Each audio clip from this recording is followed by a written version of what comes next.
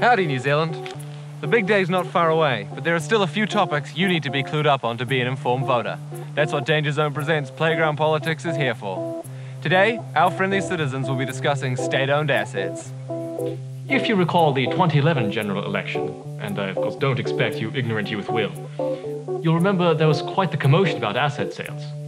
So the governing National Party intended to partially sell off some state-owned enterprises, and Meridian and Mighty River Power were floated on the share market last year.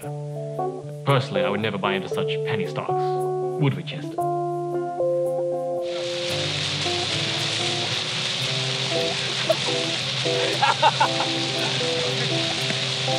So what's the real advantage of selling these assets? Why was the government in business in the first place?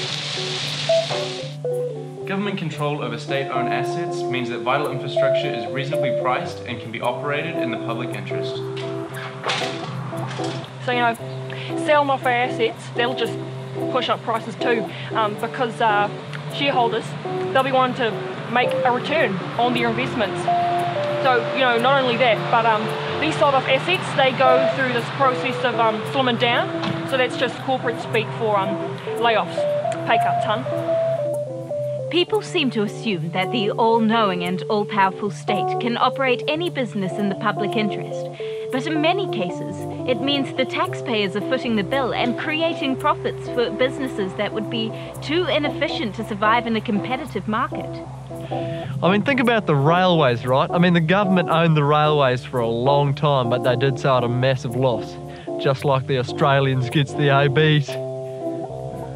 But perhaps the taxpayer should be footing the bill for such vital infrastructure and services that keep the economy ticking over. Governments can absorb costs far more easily than businesses can, and so can afford to keep such vital infrastructure and services running. The sale of these assets will, in the short term, be a better deal for the taxpayers, as they will no longer have to support these inefficient businesses. The money raised or saved from the sale can then be redirected by the government towards any other areas of concern.